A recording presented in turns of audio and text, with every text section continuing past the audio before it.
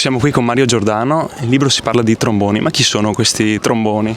Sono quelli che calano giù la verità dall'alto, ne abbiamo visto tanti, ne vediamo tanti da sempre, ma negli ultimi 2 anni e mezzo in modo particolare. Se passiamo da un'emergenza all'altra abbiamo sempre più persone che dicono si fa così, ma questi esperti poi sono davvero esperti o ci stanno prendendo in giro? E soprattutto bisogna pensare, quando ci dicono che questa è la verità e non si può discutere come sempre più spesso avviene, io penso di no, penso che ci sia in gioco la libertà di pensare con la nostra testa, che è un bene straordinario che va salvaguardato anche nelle emergenze. Si può dire che prima il Covid e poi la guerra hanno messo a rischio la democrazia italiana? Io credo di sì, e questo dirò anche stasera qui.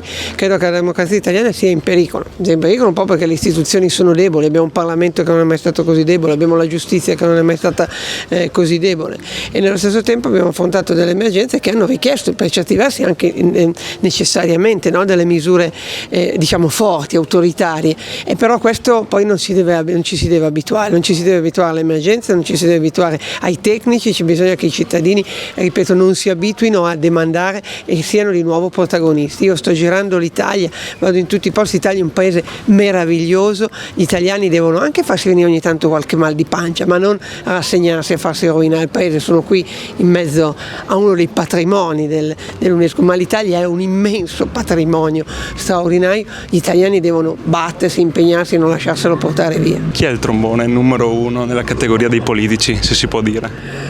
Ma trombone nella categoria dei politici ce ne sono tantissimi.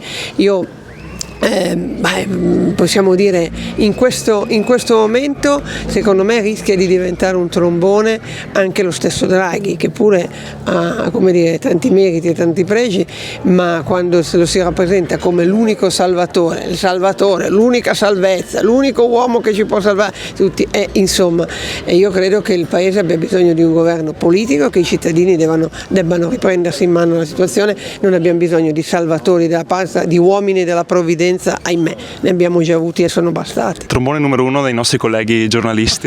Ma io ne cito uno, per esempio, che è l'ex direttore del TG1 Gianni Riotta, che ha fatto un sacco di sbagli, come tutti sbagliamo. Io racconto nel libro, parlo degli errori che facevano tutti, però lui poi è entrato nella commissione anti-fake news dell'Unione Europea. Allora io dico sempre attenzione, perché quando le istituzioni fanno le commissioni anti-fake news è già un pericolo. Se poi ne fanno parte delle persone che, diciamo, sono sempre compiacenti con il potere, c'è il rischio che le commissioni anti-fake news non bollino le notizie false, ma bollino le notizie scomode, e invece noi le notizie scomode ne abbiamo bisogno, bisogna darle, bisogna avere il coraggio di darle. Sono molto contento di poter ospitare qui questa sera Mario Giordano a Fara di Soligo nel nostro auditorium. Per noi è comunque uno dei tanti eventi che abbiamo inseriti all'interno del programma d'estate, per cui io veramente sono contento di avere un personaggio con un nome così importante come lui questa sera, che presenta appunto in anteprima il suo nuovo libro.